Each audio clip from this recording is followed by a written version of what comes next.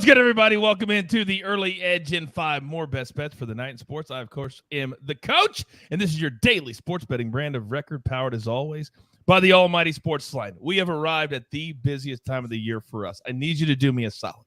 Turn on your notifications. Give us a follow at YouTube, Apple, Spotify, however you digest the show.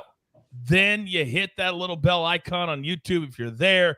And again, engage the notifications. So every time we start a show, your phone dings or your iPad dings. Let's bring in the stars of the show. I've got the OGs. I've got the superstars today, PropStarz and Johnny B. And Johnny, no, I've got to come to Alex because in less than 1 hour, Alex, we're going to do our very first Week 1 NFL Mega Preview, the Stoic one, RJ White, the Maestro, Larry Hartstein, of course, M Squared, Mike McClure. So with that, in less than an hour, let's start with an NFL prop. Give it to me. Let's go.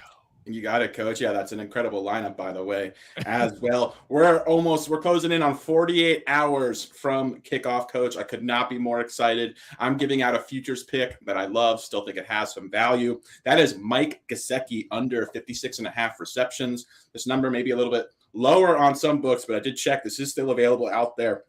So definitely shop around if you have the options. I love fading Gesicki for a variety of reasons.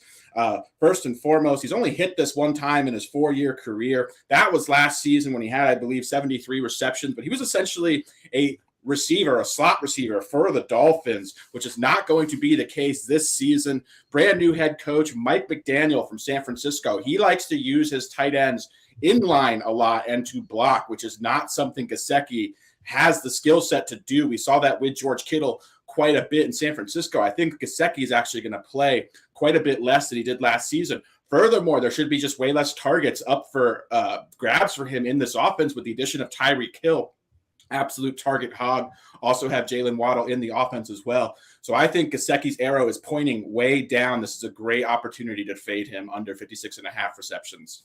Did you guys just see what Alex just did there? You can't just look at a team and say, oh, they're the same Dolphins. They got a new head coach. They got new wide receivers. It's about diving deep into the lab, which is something me and Alex do every single day the same. Well, Alex does it every single day. So many of you in the chat love the graphics, loves everything in the morning show. There's too many to read, but thank you all for all those kind words. And AB, he appreciates us too, although I've kind of put him, he's on timeout right now. AB is. All right, Johnny B. The floor is yours. Yeah, let's do it, Coach. I got 2 plays today. My first play is the Diamondbacks plus 140 against the Padres. And, Coach, what do you always say? When a team is hot, there's no reason to get off them, right? Yes. The Diamondbacks have won 8 of their last 10 games. They're 18-10 in the last 30 days, including 9-4 on the road. The Padres are just 13-13 in the same time span, 4-6 at home. Joe Musgrove is starting for the Padres. He's just 1-3 with a 4.05 in his last 7 starts. Merrill Kelly, on the other hand, is 2-0 with a 2.33 ERA in his last 7 starts. He's also allowed just 1 earned run in 10 innings pitched against the Padres this season. The Diamondbacks bullpen hasn't been great. They're ranked dead last in the last 30 days, but the Padres haven't been much better at 20th. And the Diamondbacks have the 4th highest weighted on base average in the league against righties in the last 30 days. My second play, we're going to go right back to the Orioles, minus 110 against the Blue Jays. We're going to try the Orioles one more time. Kyle Bradish has made 7 starts since returning from the IL. He's 2-1 with a 2.66 in those starts. That includes 2 outings against the Blue Jays. He only allowed 3 earned runs in each of those starts. Mitch White has made 5 starts since being traded for by the Blue Jays. He's 0-3 with a 7.04 ERA. So I think the Orioles avoid going down 3-0 in that series. By the way, if you are a SportsLine member, then you know that Alabama, she's on the over in this game as well, because that happens to hit a lot between Toronto and Baltimore. Would have hit once yesterday as well.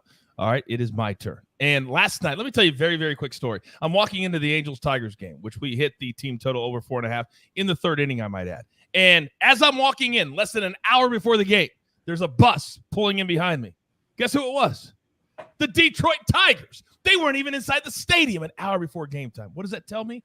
They don't care. They're playing out the string. It's September. They're not going to make the playoffs. So we're going to go Angels. Love the price tonight, minus 127. Also, I'm going back to the well again. Last night, I got to see Shohei Ohtani hit 2 home runs. I got to see Mike Trout hit 1 home run. They'll do it again tonight. We're going to go Angels team total over 4, minus 115.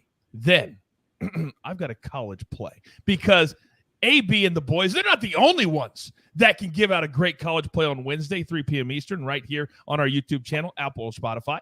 But I'm going to play Wake Forest this week. Why?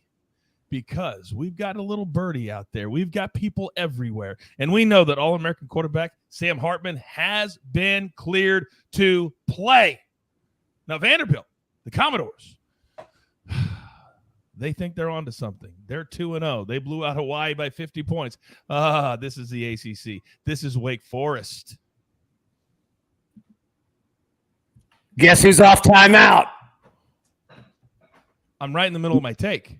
Yeah, I know, but I wanted to let you know that we're off of timeout. We're done. But you have an excellent play on Wake Forest right there, and I wanted to share it with the entire audience of just why. Okay. By the time that you get ready to go to sleep tonight, that number is going to go from 10 to almost 15. I guarantee it. Sam Hartman is one of the best quarterbacks in the country. A really sad story. He had thrombosis. They found a blood clot in him, and he had to get, obviously, that taken care of. They didn't know if the guy was going to play again, and legitimately, he's a first-round pick in the NFL, and this is going to be a huge coming-out party for him and Wake Forest. And sadly, I like Vanderbilt. They're just down the street. It's not going to be a party day for them in Nashville, but wanted to let you know. All right, we're back to timeout. The only time I'm going to allow AB to ruin my flow is when he gives you a nugget that will save you 5 points. 5 points. You get it in right now. This is called the early edge for a reason. There's a recap. Mike Gesicki under 56.5 catches. Now, you heard PropStarz. You heard all the reasons why. Just play it.